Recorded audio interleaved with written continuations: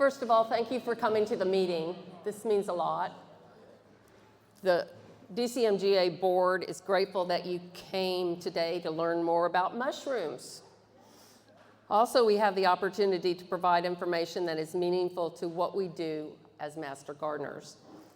So please welcome to the stage our amazing VP of membership who is dedicated to providing great speakers, Janet Lang.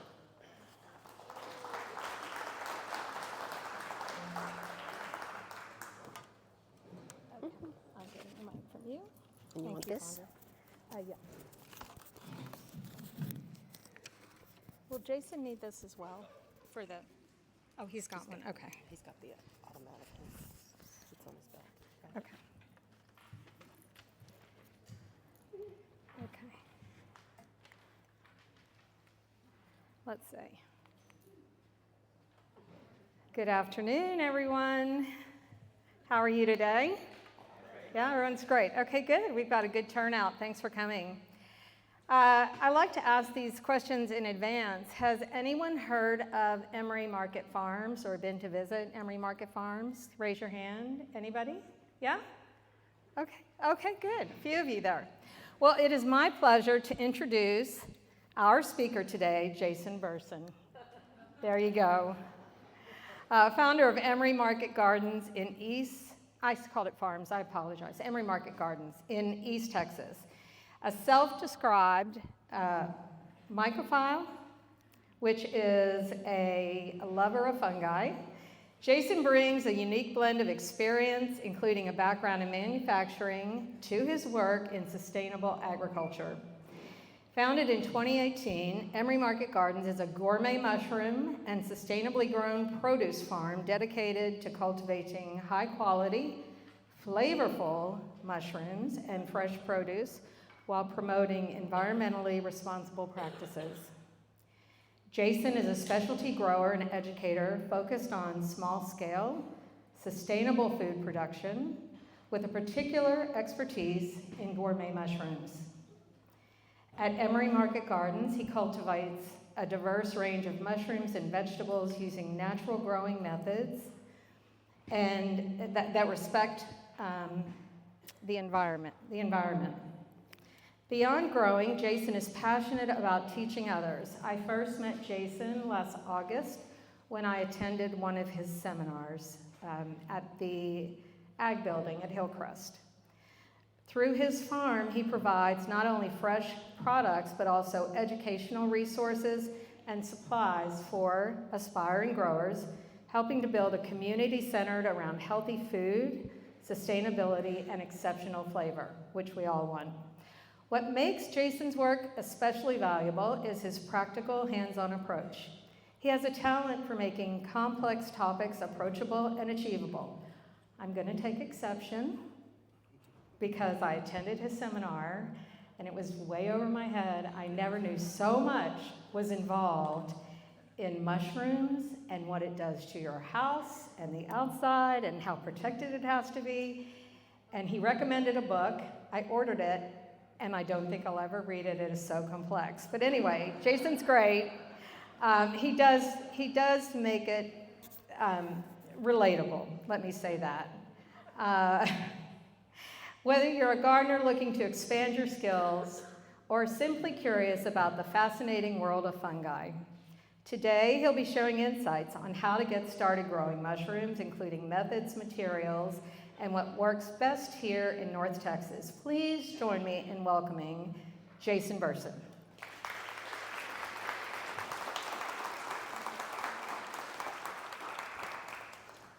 Hi, everybody. Thanks for having me. Again, I'm Jason Burson, the founder of Emery Market Gardens. We started in 2018, started commercially growing in 2018, and have been growing ever since. As she said, I'm a mycophile. Part of our purpose is to educate people on mushrooms. So a mycophile is somebody that loves mushrooms. Mycophobes are people that are afraid of mushrooms. Kind of my background is I was born in Michigan, and in the Midwest, in the Pacific Northwest, there is a love for mushrooms. In the South, people tend to be more afraid of mushrooms. So that's part of our journey, is teaching people that mushrooms aren't bad. I'm sure most of you know that mushrooms are great for the soil, but did you know that any mushroom can be handled and touched, even the most poisonous mushroom? You should not fear mushrooms. You can handle any mushroom. Even the most deadly mushroom out there, a death cap, great name. One of the ways to identify it is by taste. So, I'm not recommending you go out and taste mushrooms, any wild mushroom. I'm not saying that at all, but I am saying that that is part of the process. You literally have to consume the mushroom to be hurt by it. A mushroom gets sick, or it'll shut your kidneys down. But handling a mushroom, so we get that all the time. People, my dog ate this mushroom, or if they ate it, that's terrible, or it can be terrible. But handling any mushroom out in the garden, picking it, whatever, it's not a problem. You should not worry about that. They're doing great things for the soil. If you have mushrooms, that means your soil is healthy and alive. You want mushrooms to pop up in your garden. One of the roles mushrooms play in the environment is that they decompose cellulose. They break the plants back down into things that the plants can eat again. So first of all, fungi is its own kingdom. So to get into the taxonomy of it, mushrooms, fungi in general, fungi including yeasts and molds and all that, are their own kingdom. So we have plants, animals, and fungi are their own thing. So fungi is actually closer related to animals than it is to plants. They absorb their nutrients. They do not photosynthesize. It is a huge branch that encompasses so many things, but they have a role in the environment, and that role is to break things back down so that plants can consume the nutrients again. So fungi is very useful in your soil. You want it in there. So today we're going to go into how mushrooms grow. I guess I should start with mushrooms are the fruit of a fungus. So your fungi grows. For mushrooms, we call it mycelium. That is the fungus that's growing in the soil. You'll see the cobwebby stuff in your leaves and things like that. That's fungus growing through it, breaking down those leaves. And mushrooms being the fruit of that fungus, so this is a mushroom here. You'll see underneath the cap, you'll see the gills. That is dropping spores. That's how they reproduce. So they drop spores, and those spores are like little seeds that go out and grow more fungus.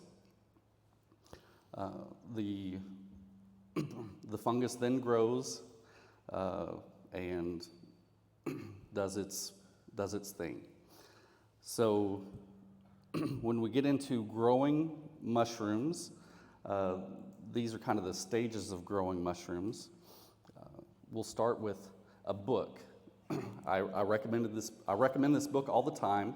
It is Growing Gourmet and Medicinal Mushrooms. It's by Paul Stamets. It was written in the 90s. It's a little dated, but it has everything you could possibly want to know about growing mushrooms. Paul Stamets himself is a polarizing person, so some people don't like him, some people do like him. It's not a judgment on him personally, but the book itself has all of the details you will ever need to know about growing mushrooms.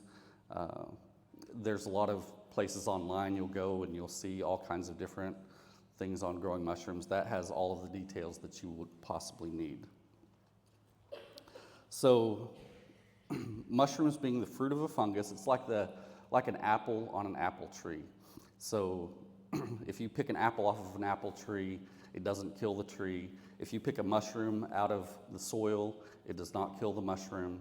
it kills the mushroom. It does not kill the mycelium, the fungus that's growing underneath. It will continue to grow and continue to fruit until it runs out of nutrients in the soil. So what we do is, this is a petri dish, an agar plate. You can drop the spores of the mushroom into a petri dish, and it will colonize. You can see the white is growing out. That's the fungus growing across the petri dish. That petri dish, once it's colonized, fully white, it's ready to grow. We take that, we'll take a little chunk and go into a liquid culture. So this is sugar water. It's called liquid culture. There are a million different recipes out there for it. It's essentially just 4% sugar to water. People will use all sorts of different things. This particular one is caro syrup, 4% caro syrup to water. Sometimes we'll use dextrose, we'll use different sugars for different things. We like caro syrup because it's clear and you can see other contamination in there, but you can actually see the fungus floating around and growing in there.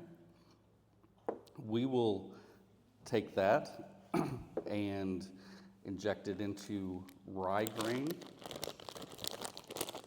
This is just rye grain that we hydrate and bag up, sterilize in a vented bag.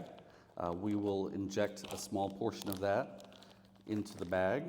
We'll take a little syringe, pull out a sample, inject it in the bag.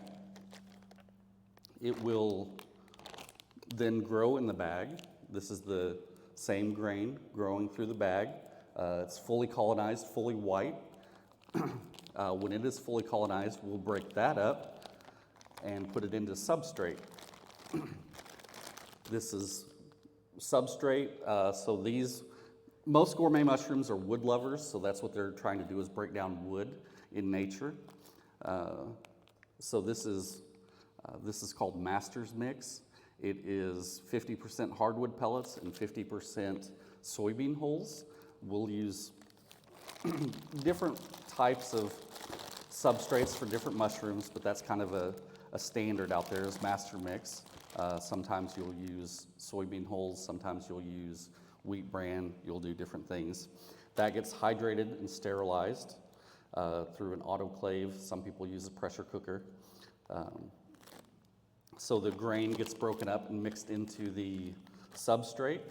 That substrate then colonizes. That's the same substrate. Now this is almost fully colonized. And when it is fully colonized, then it is ready to fruit. And it will go into a high humidity grow tent.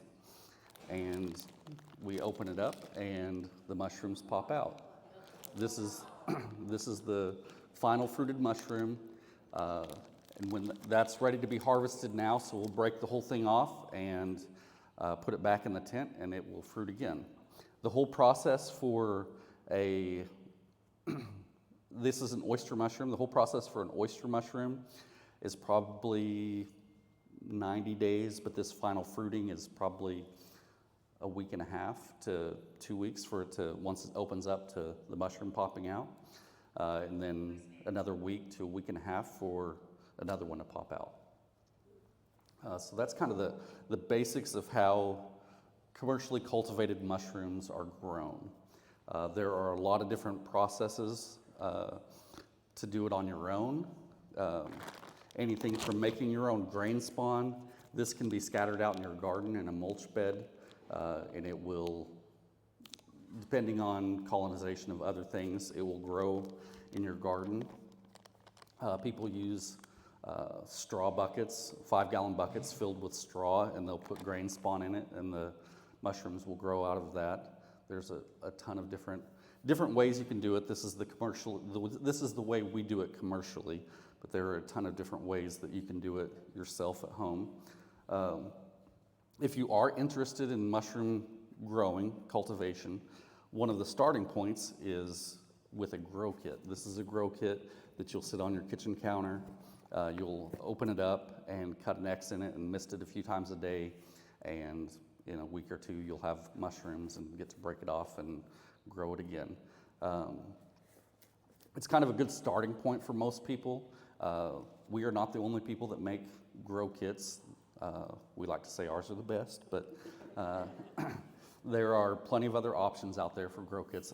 So I recommend for anyone, if you are interested in it, you start with a grow kit and work your way back. One of the big concerns in growing mushrooms is contamination. You want to make sure that you're only growing the thing that you want to grow. So sterilization and cleanliness are extremely important. At this stage, they're fully colonized. You're not too worried about other things getting in there. But the farther you go back in the process, the more susceptible they are to contamination of other things. There's so many things in the air, so many spores in the air. One of the big things you fight is trichoderma, which is the green mold you see on things. It's everywhere in the soil. It's needed in the soil, but it is a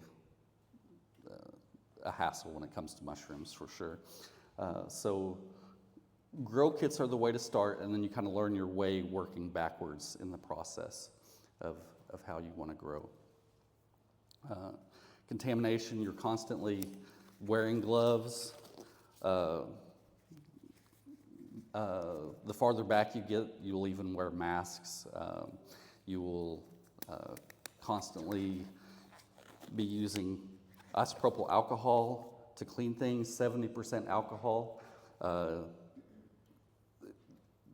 Standard is usually at the store you'll see 70% or 90%. You'd think 90% is better, but it actually dissipates much faster, so you want to use 70%. It lingers longer. You're constantly spraying things down, cleaning your hands, wearing a mask. At this stage, at the beginning stage, in our lab stage, you can even just breathing on the agar plate you can cause contamination. You can grow other things. If you have a cold, you'll catch that cold on the petri dish.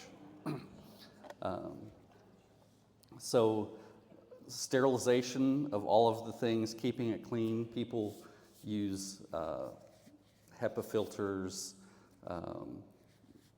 other air scrubbers, things to keep your air clean, keep everything out of it. And again, as you get farther along in the process, it's less susceptible to those other contaminants. And then when you're finished, you have a fruiting block that is no longer producing fruit for you, but that is how you get mushroom compost. So we, as a produce producer, we take all of our blocks and compost them, and then it goes back into our fields for produce production. Mushroom compost is great for the soil. That's kind of the general process of growing mushrooms. Does anybody have any questions on that? Does it take dark? So these mushrooms do need some light. They are your button mushrooms from the grocery store. They do not need light. They grow in the dark. These mushrooms will want some light, a regular light cycle of the day. We also add UV light. Adding UV light to mushrooms adds vitamin D to them. So they will produce vitamin D, so then they become a source of vitamin D for you. How many times can you use that block? So for commercially, most people fruit twice, and that's because you have hundreds of blocks in a tent and you're worried about contamination. At home, we have people that fruit them anywhere from 2 to 5 times, and basically what happens is the block just runs out of water.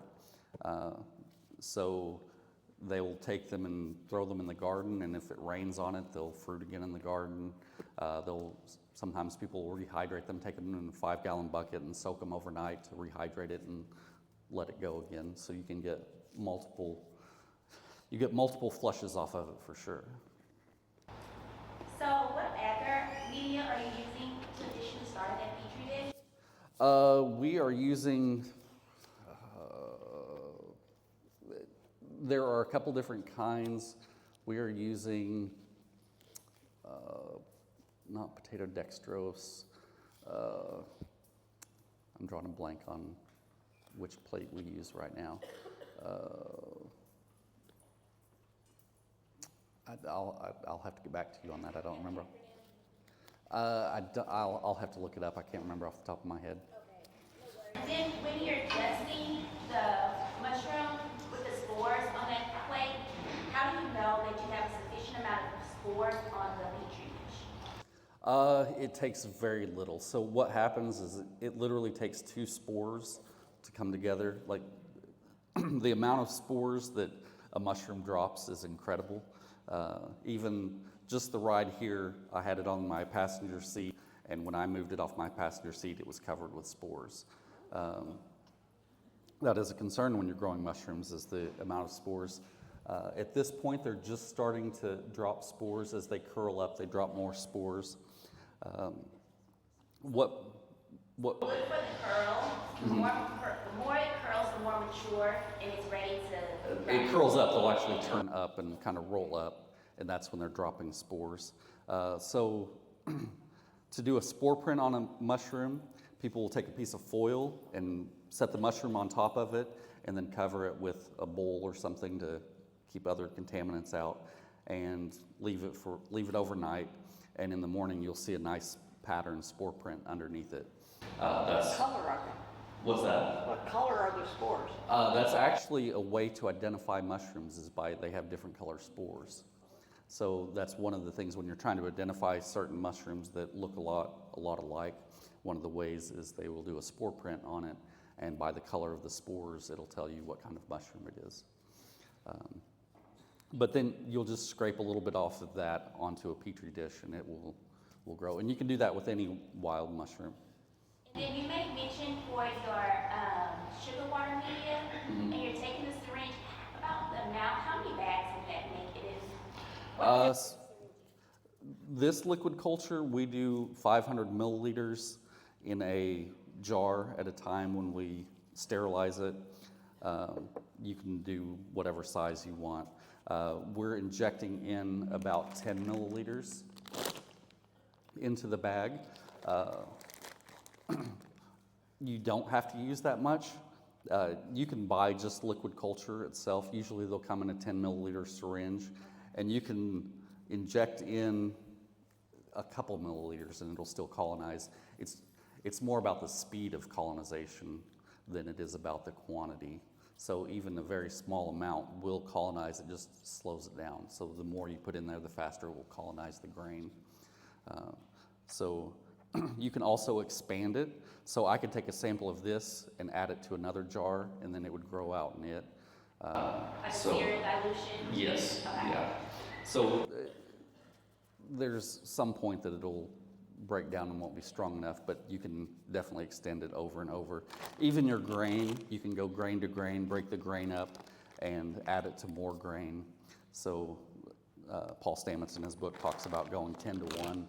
So you can take a bag of this and go into 10 bags, and then all of a sudden you have 10 bags, and you can take those 10 bags and break them into 100 bags. You can really expand them quite rapidly. And then are you using ionized water or a buffer? We are using RO water so that we're making sure that it's filtered and nothing else is in there. And I have one more question. Do you grow multiple kinds of mushrooms? So we have about 40 different varieties in our library right now. Some of them we can't grow yet. We're still working on some of our outdoor. We have a greenhouse where we do some outdoor mushrooms as well. Morels are a big one that people are just now figuring out how to grow, cultivate commercially. We are trying for that. That's kind of the holy grail of mushroom growing at this point, is being able to grow morels, chanterelles. Most of those are mycorrhizal mushrooms, meaning they actually attach to a plant and they work with a plant. So they're attaching to the root structure of a plant, and they actually help the plant grow. They help the plant absorb nutrients faster and better. Things like a truffle, You can grow your own truffles. It's a 15-year process, so it's not a quick thing. But you can, so you can inoculate like an English oak or a hazel with grain spawn, and as the tree is a baby, as a sapling, bare root, and add the grain spawn when you plant it, and it will attach to the plant and help the tree grow. And then in 15 years, if you know how to locate a tuber mushroom, which is underground, you might be lucky enough. It's not a practical thing, but it is a possibility. So you don't grow any of those expensive underground mushrooms? Yeah, those we grow. We have cultures for it, and we do grain spawn that we work with nurseries so they can have inoculated trees that they can sell the trees. I don't know the success rate of that. I mean, it's a long-term process for truffles. A few years ago, well, more than a few years, I think it was Restoration Hardware, and not to give them a black eye, but they were selling a log as a Christmas gift. And for $45, you could give your friend one of these logs, and all they had to do was lay it in their garden and keep it moist and water it a little bit, and they would have mushrooms. Yes. And I never got any mushrooms. So that is definitely a thing. So we sell plugs that are inoculated, little wooden dowels that you can put into a tree. That's a good way people, they call them shiitake logs. That's probably the most common thing, but you can do oyster mushrooms, you can do lion's mane mushroom. And you will drill holes in the log, insert the dowels, and cover them with wax. And they go out in your garden, and then it's seasonal at that point. So when the season is right, they will fruit. They last for 4 or 5 years for you. They take a couple years generally to fully colonize and then start fruiting, but then after that they'll fruit for 4 or 5 years for you. What season is it best to start it? It's probably in the winter, to get them started. So one of the problems we have and why we don't do the logs is getting fresh logs. So there's a window of time when you're inoculating logs of you want the tree to be healthy and alive, for one thing. You don't want it, if it died from a disease, then you're already fighting something. So you want a healthy tree, hardwood tree, and it needs to be cut down and give it a couple weeks for the tree to actually die off. And then up to 6 to 8 weeks after that is kind of your window. So 2 to 6 weeks is your window of a fresh log. And that's kind of the problem, is getting those fresh logs to inoculate. Well, I did go to a nursery up in Arkansas, and they said, if you want any shiitake mushrooms. And I don't know if and I went and looked at them, and they had the logs on the ground, and they would just harvest them for you. Mm-hmm. But they wouldn't sell you their log. Right. Yeah, it takes a long time to do that. This is a blue oyster mushroom. They start out very dark blue, and then as they get bigger, they kind of lose their color. There's a faint light blue color to them right now. Oh. I have a question. I read somewhere that you can take a button mushroom from the grocery store, put it out in the sun, and it'll produce more vitamin D. Is that true? That is correct, yes. So you use sun, or you go to the grocery store, you put it out in the sun, and you'll have more. Okay. It does have more vitamin D. That's the UV light gets to it, and I think don't quote me on it, but I think it's vitamin D3, and the more bioavailable is vitamin D4. I might have those mixed up, something like that. So it's not a super great source of vitamin D, but that's why we add UV light to our grow tents to help add that vitamin D to it as well.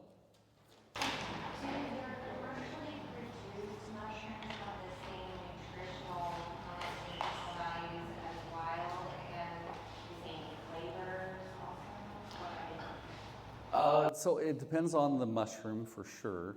So some of the more wild, like chaga mushroom, isn't really commercially grown. It needs a particular tree to grow off of. So it kind of depends on the mushroom on what nutritional value, but all of the oyster mushrooms and things like that, they definitely still have the same nutritional value. Are you growing any mushrooms that are being sold out for medical companies or medicinal reasons? So we do grow some medicinal mushrooms. So we're very limited on medicinal mushrooms. Medicinal mushrooms tend to be slower growers. So it's more a factor in our space. They have to, like we grow reishi mushroom, which can take up to a year to fruit. So we don't have the space to have a lot of it in volume. We make herbal teas and things like that that we have medicinal mushrooms in, so we grow enough for that. Things like turkey tail mushroom, which is a super beneficial mushroom. It's a slow grower, but it's also so prevalent in the wild. To get it wild, it's not really worth us competing. We do it for our own teas and things like that, but we don't grow it to sell because the volume we'd need it's much easier to just go out and find it in the wild. Things like lion's mane mushroom is actually a quick grower, and it's actually kind of a beginner mushroom to grow. Lion's mane mushroom, if you're not familiar with it, is a super popular mushroom right now for brain health, focus and clarity and things like that. So we get into some medicinal mushrooms. They're just, most of them tend to be much slower growers. We sell them as, we don't do them in a grow kit like this, but we sell them as fruiting blocks. So people will take them and fruit them themselves to get the medicinal mushroom. So when you're inoculating your culture into the master mix, are you just putting it in the larger bag, or are you crumbling it and mixing it into the mixture?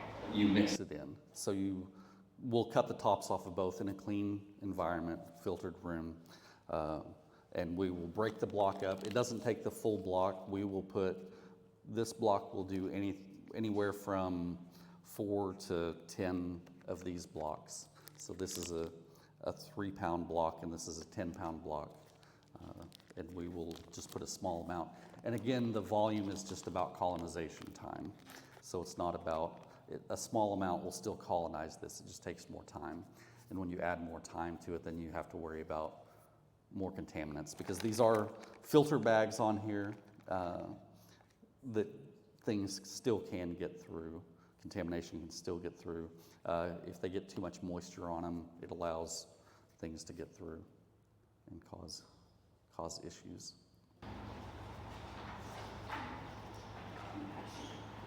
We had a hackberry tree that we cut down real close to the ground, and after about 5 years, came out, looked at it. It was almost like your mushrooms there. They were just everywhere. They were so huge. And I just kind of wonder what I didn't have to try them. That's their role in nature. You know, the spores are just float off through the air and they land somewhere. And if 2 spores they form a hyphal knot, and once they do that, then the mycelium will start expanding, and that's eventually going to break down that stump more? Yes. Yeah, that's their role, is to break down the cellulose. Not many things in nature can break down wood, so that's why we have petrified wood. Things like termites and stuff like that will take care of some wood, but other than that, not a whole lot really consumes the wood and gets rid of that leftover. So the mushroom is coming, and there are mushrooms in different stages. So these mushrooms, most gourmet mushrooms, sapphiritic mushrooms, they're kind of the first stage. So they come in and they'll eat the mushroom, or they'll eat the hardwood and break it down into more of a compost. Then there's another phase of mushrooms that come through that are a compost eater. So there will be multiple mushrooms and stages that'll come through and do. So the first stage comes through and they eat everything that they can, and they'll die off because they run out of nutrients. But they'll break it down into something that another mushroom can come along and eat that compost and break that up. So that's like your button mushrooms in the grocery store. They're a stage farther along in the process. They're not eating the pure hardwood. They're eating more of a compost. So can you mix different spores in the same block, and if you do, you get two separate crops, or will you get a hybrid? So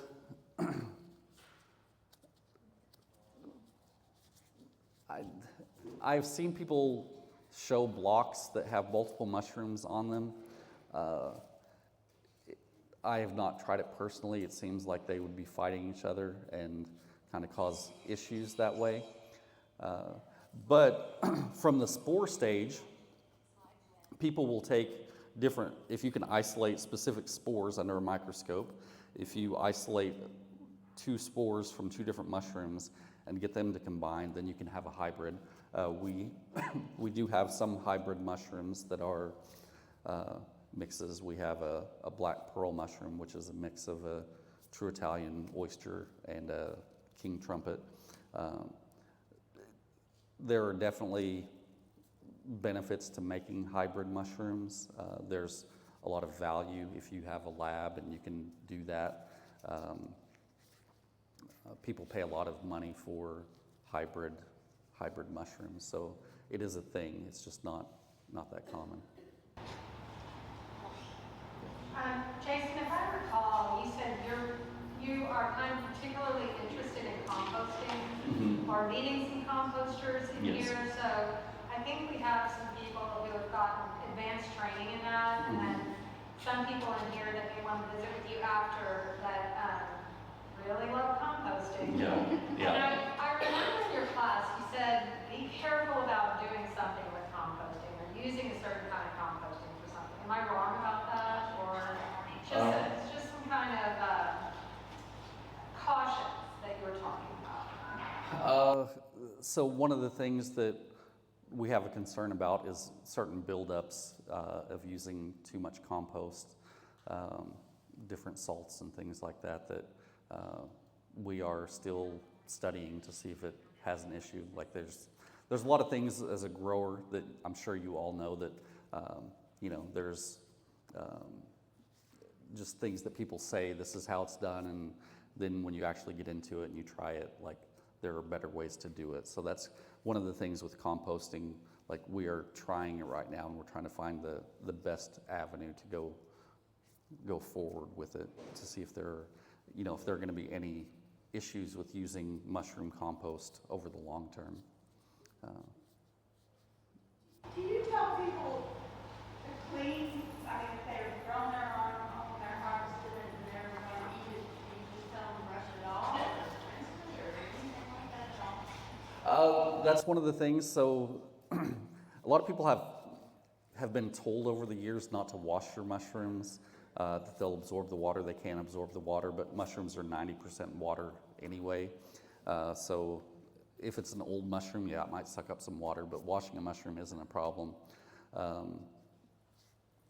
We grow indoor, so we all are. What's the restaurant certified or whatever for food? We all have food handling certificates and things like that. So I'm not going to say don't wash your mushrooms for food safety sake. I can't say that, but personally, we just take them out of the bag and eat them. Yeah. Who do you sell these things to? So we do a lot of farmers markets. We do different box programs to offer it to people for delivery. We sell to some restaurants, things like that. We sell all of the grow supplies, anything you need for growing, we sell that as well. We sell a lot online through our website. Those are kind of our You don't sell in the grocery stores? We do not. So the reason button mushrooms are at the grocery store is because they have a fairly long shelf life. When you go to a grocery store, most of the time, most of your produce is months old. So that's getting farm fresh. That's what people don't understand about farm fresh produce is the fresher it is, the higher they are in nutrients. So as they age, they they lose their nutrients.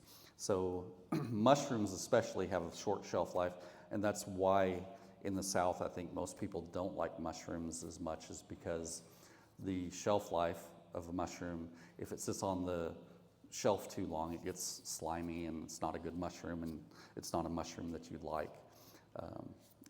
Like a oyster mushroom, for us, once we harvest it and bag it, you've probably got a 2-week shelf life, which is good when you get it direct like that, but for a grocery store, for them to get it from the farm to the actual store, it's going to a warehouse being distributed, it's past that 2-week. So when you see oyster mushrooms, we laugh all the time because we'll see an oyster mushroom at a grocery store and they generally look terrible because they just don't have a shelf life. We have a rose pink oyster mushroom, which looks like this, but it's pink. It almost looks like coral. It's a beautiful mushroom. We don't sell it as a fresh mushroom to eat. We sell it as a grow kit because the shelf life is 2 or 3 days. Like our enoki mushrooms, they have a real short shelf life. So that's really kind of the drawback to it, is the shelf life. If we were to grow that thing, we would just pull it off and eat it. Yes. So the thing is you don't want to pull one at a time off, because then the other ones will just kind of rot or go bad. You want to break the whole thing off and then store the whole thing, and then you can pick off as many as you want to eat from there. But to get it to grow back again, you'll harvest the whole thing and then let it continue to grow and go from there. In the grocery store, which are, I guess they're predominantly Burson and Chicago, what's the indicator that they are past their prime? At the grocery store, because you can't handle them, you can generally tell by the feel of them for sure, but if you can't handle them, you just kind of, you're looking for the sliminess on them. You know, they'll start to get slimy on. They're basically breaking themselves down. You'll see some fuzziness on them sometimes, where it's actually they've dropped spores on themselves and they're trying to grow again. That fuzziness is mycelium, the fungus growing again. It's still edible, but it's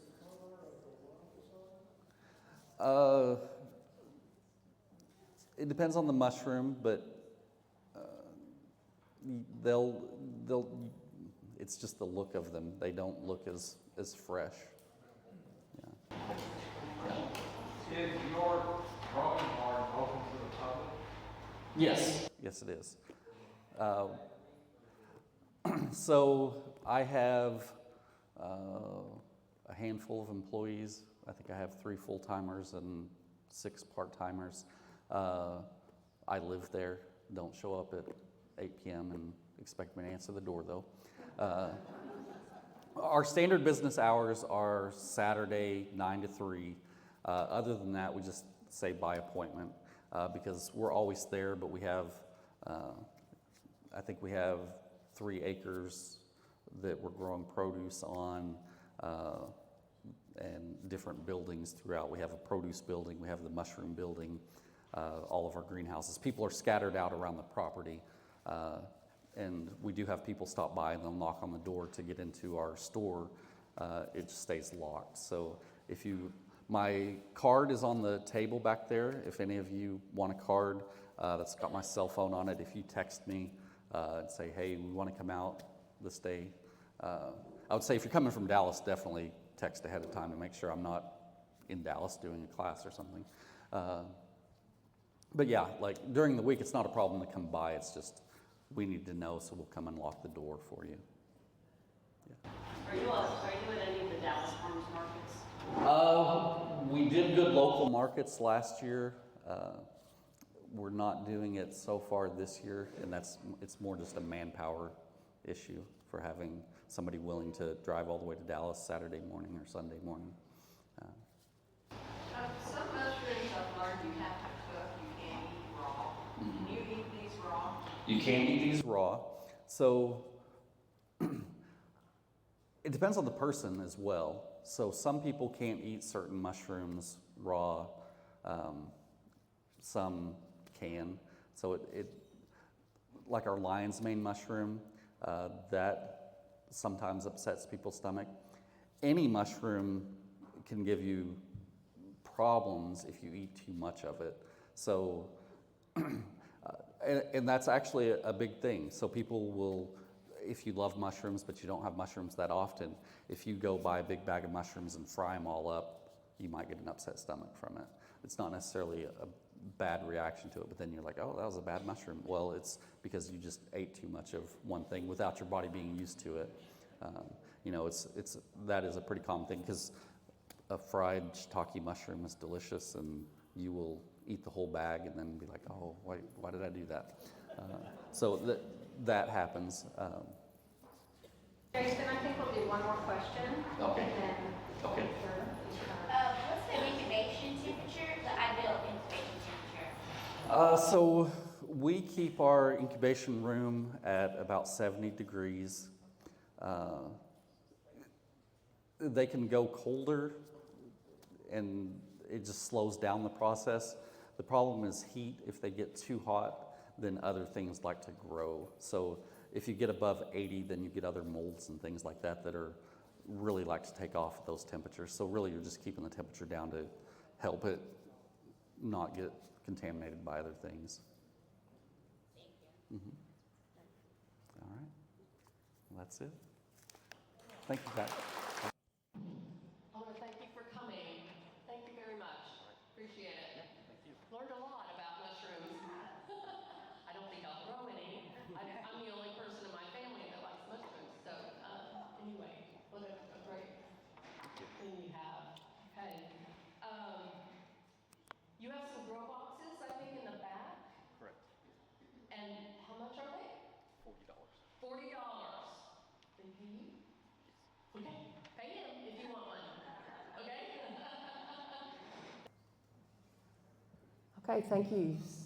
It was a great information, wasn't it? I mean, I was like, there's a book up here I found about mushrooms, and he gave you this book, you know, that you could have, but this is in our plant sale book.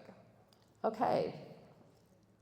We want to welcome to the podium Crystal, who we value as our AgriLife volunteer coordinator, and she's going to give us an update. So. Okay. Well, hello everybody. Hi. Yeah. I just have a few updates from AgriLife. I first want to thank everybody for taking the time out to complete the SWOT analysis survey, and also thank you for your patience and willingness to receive all those emails that I flooded you with. So we are expecting a good turnout from those results. I also recently sent an email regarding the in-person listening session. So if you are interested in attending that will be on April 14th at 10 o'clock at the Hillcrest office. If you need more information about that, please reach out. And then I also would like to invite all of you to the class of 2025 Master Gardener graduation. That will be on June 6th, 1:30 p.m. to 3:30 p.m. at the Dallas College in Brookhaven. More information will go out about that, and then I just ask that if you do plan on attending, to RSVP, and also for that listening session, if you do plan on attending, RSVP, just so we can make sure that there's enough space, there's enough snacks, there's enough water. And that's all that I have. If you have any questions, The listening session is, they're just getting the results from the surveys, and there's no discussion? yeah, it is a discussion. So it's like a focus group. So we had someone from Florida Extension. It just came, it was very sporadic and random, but it came at the right time to do this. So he's gonna join us virtually for the first one, and then he's gonna come in person for the final listening session. So how it is we collected the survey, the results, you know, he will go over that, and he will compile like what was the main things that came up. And then in that listening session, it'd be an opportunity to discuss it, and then, you know, if anyone has to say, well, what about this? It's just to add to the conversation.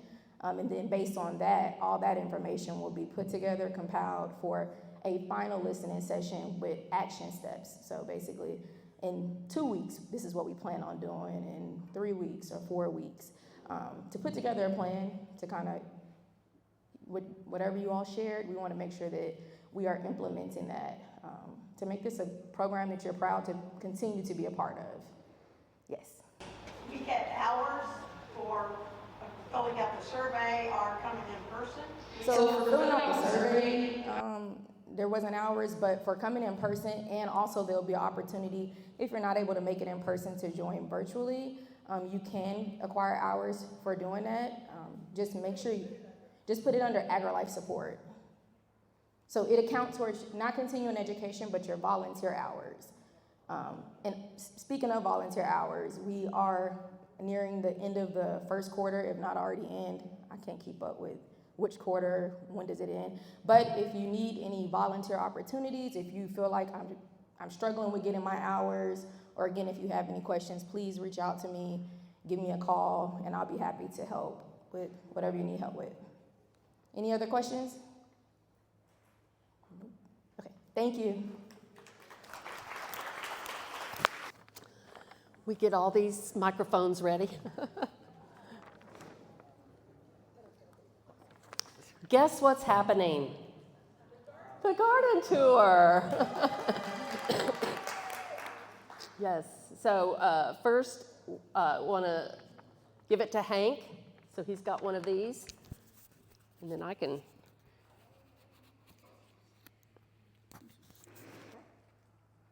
Are you going to give me the microphone? Oh, okay. Hello, everyone. It's always great to see your happy faces. Happy spring. Yay. You know, my garden is full of weeds, but they're green at least, so I'm kind of happy with that right now. It has been almost a year exactly. Next week it will be the first anniversary of when the 26 garden tour team met for the very first time. It's hard to believe we have been on this for a year and that this tour is actually going to happen in real life in just a little over 6 weeks. But I want to thank you all for your enormous support financially, with the silent auction, with volunteering, and just general goodwill support. It's really been absolutely fantastic. It's such a great group of people here. So things are going really well, and I see Elaine Webster out here. I've got to give her a special shout out, and Nancy Black is somewhere in this room. There she is. They have been our mentors and have just been and are being completely invaluable, and they have no idea how invaluable they're going to be in the next 6 weeks, because I have about 800,000 questions to ask them.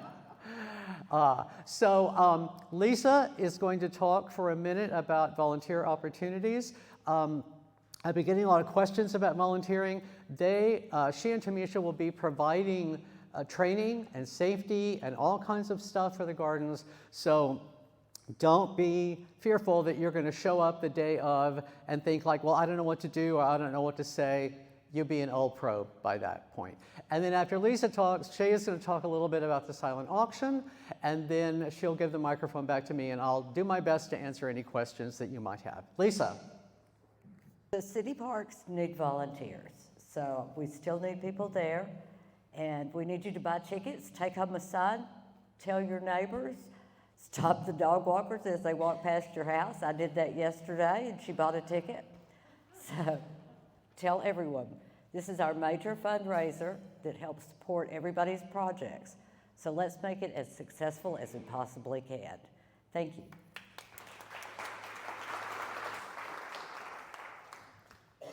This year, we are also having a silent auction in conjunction with the garden tour, which is always a fun aspect of the tour. This year, we're going to run the silent auction online. It'll be the whole weekend of the tour, so May 8th through the 10th.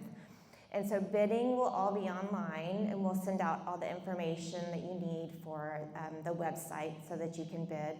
We will have all the items displayed at Hank Hammett's garden on the day of the tour, so that you can come by and see just how lovely everything is. We have such beautiful things already.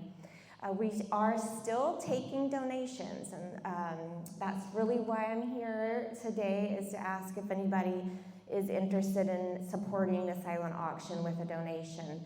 We are focusing this year on handcrafted items, things that are unique. We have so many talented artists and artisans in our group that we would love to have something featured of yours. Woodworking, quilting, ceramics, needlepoint, embroidery, just, you know, all the things. We're such a talented group. So if you have something that you'd like to donate, please let me know.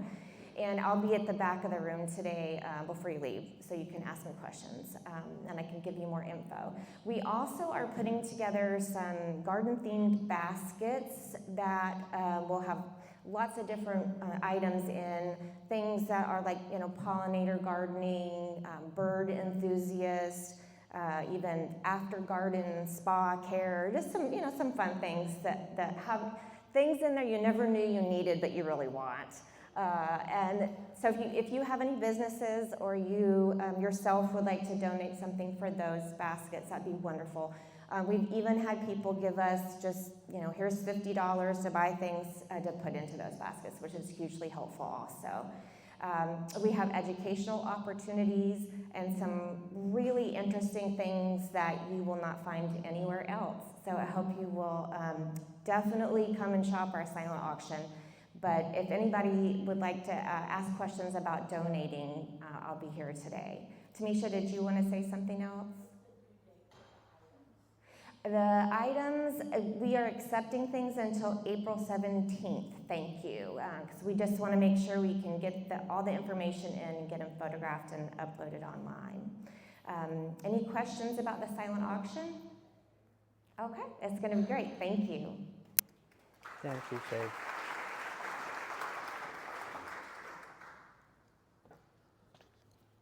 Shay is not lying when she says there are some wonderful things in this auction. It's just amazing.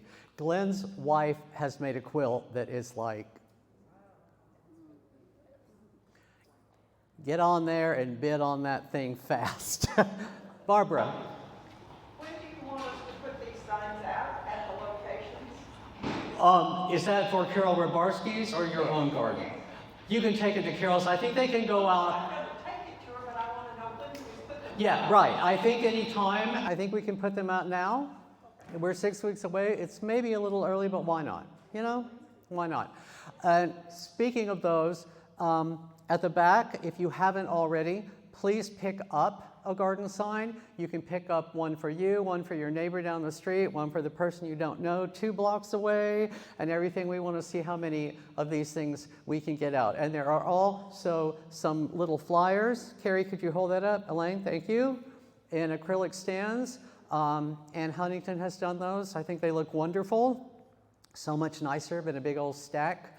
You can put them, I would suggest if you know somebody and you have a real personal relationship with someone who runs a business or is the manager of a business, maybe they would be happy to put that by their cash register or in some other prominent place in their store. I wouldn't just recommend asking, you know, the 17-year-old girl that's running the cash register if you can put it out, because it would probably go in the trash can the next day. But I think that we are all out in the community enough that we can get some good advertising done in this way. So the yard signs are at the back. We have a lot of them. If we run out, there are more on the way. Anything else? Any other questions? Yes? I'm volunteering at one of the parks that requires a liability waiver form. Yes. Where do you find that form? Where do you take it? That liability form, I believe, Tamisha, is on the volunteer where you've signed up on the Sign Up Genius. It's at the sort of towards the top of the page where you see the different definitions of the different jobs, the docents, the runners, the volunteer. There is a place that says Dallas Parks liability form. And Tamisha? It's a PDF on the Sign Up Genius, so you just find the PDF, take it, if you can save it to your phone and go to the park or print it out if you want to. There should be a lead volunteer at the parks who will take that form from you. Does that answer your question? Yeah, it's there. It's there. This is what, you know, there is a, we live in an age where we get a lot of information all the time, right? And I have gotten so many emails and about, I can't find this, I can't find that. It's all there. And keep emailing me, I don't care. Email me 25 times. That is not a judgment against anything, because there's just so much stuff on it. But it's all there. You just sort of have to look for it sometimes. But it can be tricky, you know. I mean, I can stare at a tree and not see it some days, you know, depending on what's going on in my brain or not going on in my brain. Any other questions? What is the cost of the ticket? The tickets are $18 if they're purchased before the day of the tour, and they are $20 at the door. And I believe you can, we will have these QR codes there, so you could get on and pay that way, or you can pay in cash. And can we also take checks? Yes. We'll take money anyway, any way you got it. Yes, Barbara. Is there going to be one specific person sitting at the entrance to receive the money? There will be people at the welcome table at all 7 gardens, trained and equipped to sell tickets. Where can you get the tickets in advance? You don't get actual tickets in advance. You can buy them in advance, and then you bring your receipt. You can bring it a printout form or on your phone and just show it to the person at the welcome table, and they will give you an armband, and that will be what will then get you into all the gardens. Obviously, at the public parks, you don't need a ticket to get in there because it's a public park. But for all the other things, you'll go ahead and just have that armband, and then you'll be ready to go. And again, you can get that at any of the 7 gardens. Any other questions? Okie dokie. Thank you so much. The best way to get a hold of Hank is text him, okay? So find his phone number in VMS and text him. Email him. Okay. Okay, hold on. Just got this from Sarah Sanders. The Midway Hills Raincatcher's Garden annual plant sale is Saturday, May 2nd, 2026 from 10 to 3. Great selection of annuals, perennials, herbs, veggies, succulents and sedums, tropicals and houseplants, shrubs and trees, ground covers, bulbs, irises, grown by the intrepid Raincatchers volunteers. All proceeds go to Dallas County Master Gardener Projects. Thank you for your support. Okay? Thank you, Sarah.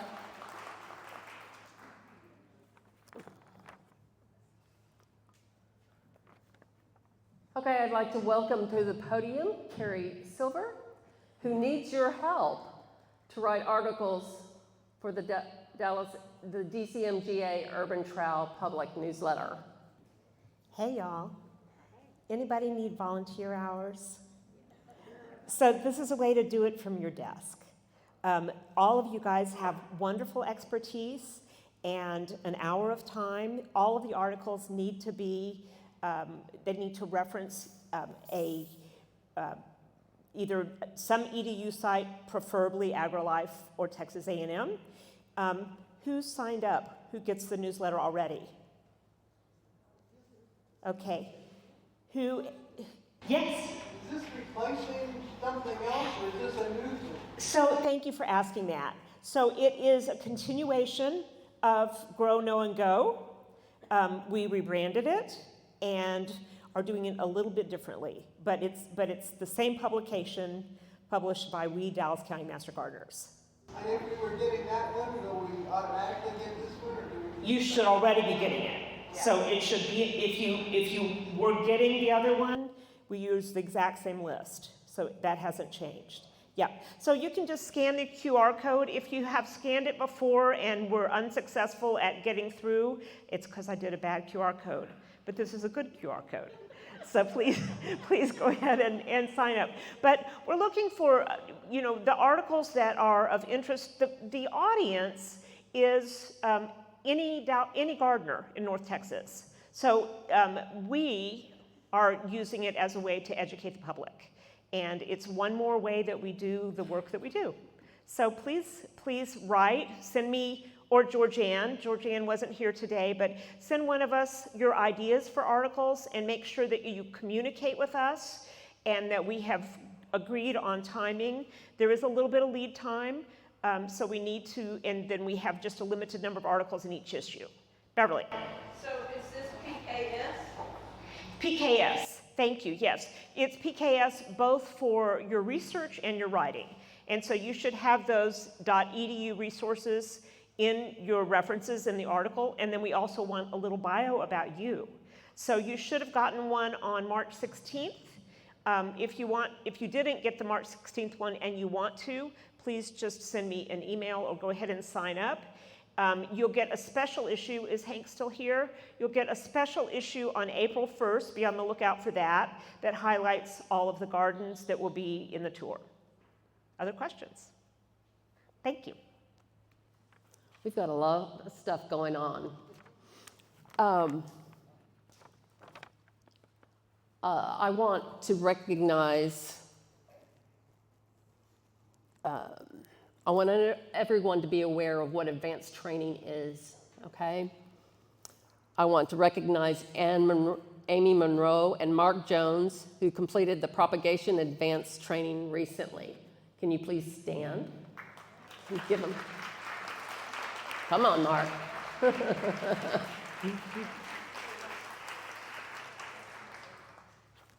So the goal of advanced training is to equip master gardeners with specialized knowledge to enhance county education programs of the Texas AgriLife Extension Service. You must hold a current master gardener certification and have the agent approval. Advanced training includes a minimum of 16 hours of classroom sessions, fieldwork, mentoring, or independent study. Once that is completed, participants must contribute at least 20 volunteer hours, which are approved by the agent. Check out the Texas Master Gardener Association website to look at 8 advanced training topics and information you may be interested in. They have, a lot of times they have it on their calendar. How many in the audience have completed advanced training?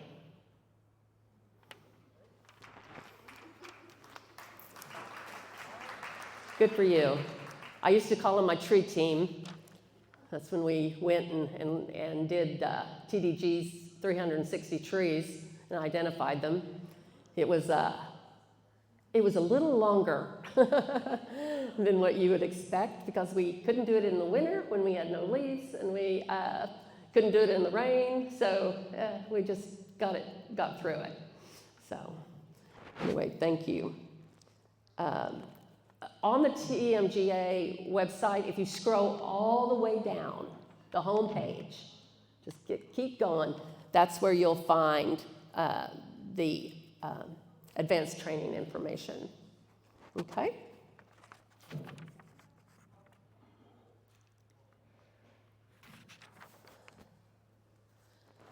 If you did not know, we have a code of conduct. And you'll find this on TMGA, okay? Under the volunteer agreement. Master gardeners agreed to exhibit, and it's a 3-page document. I'm not reading 3 pages, okay? So I'll let you. Master gardeners agreed to exhibit professionalism, always demonstrate positive professional attitude toward Texas AgriLife Extension, the Master Gardener Program, the state office, fellow volunteers, employees, and clients. Avoid harassment, abuse, unsafe behavior, or illegal activities. Use respectful language. Welcome volunteers from all backgrounds. Respect and safeguard rights, competencies, safety, and property.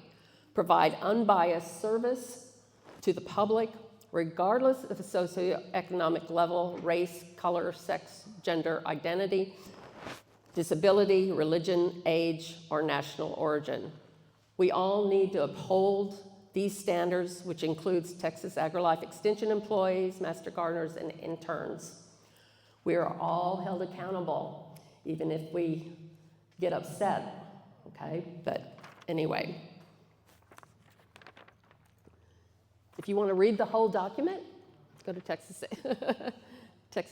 MGA. We are going to celebrate our 40th anniversary in April, so the next meeting. Can you believe? We as an organization started in 1986. Okay. So this is very important. You know, we want you all to be there. So the next meeting is Thursday, April 23rd, 2026 at 12 p.m.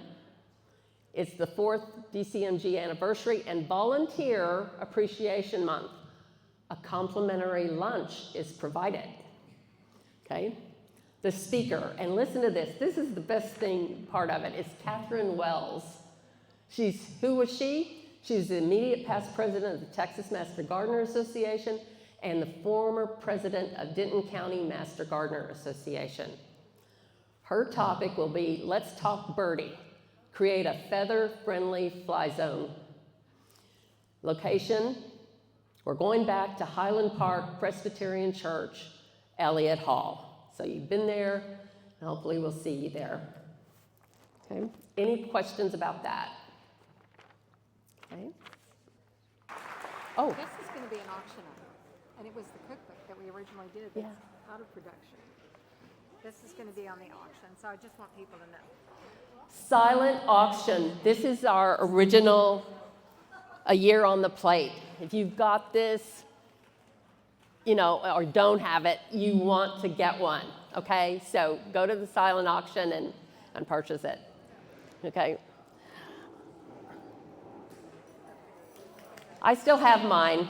I still make this lemon pie out of it, so. Okay, thanks. Christine's doing it. Okay, just to give you some, before we stop, everybody, if you did not attend the February meeting, there are badges and pins in the back. Look for Amy Monroe back there if you haven't picked them up, okay? Thank you so much. It's so good to see you. See you in April.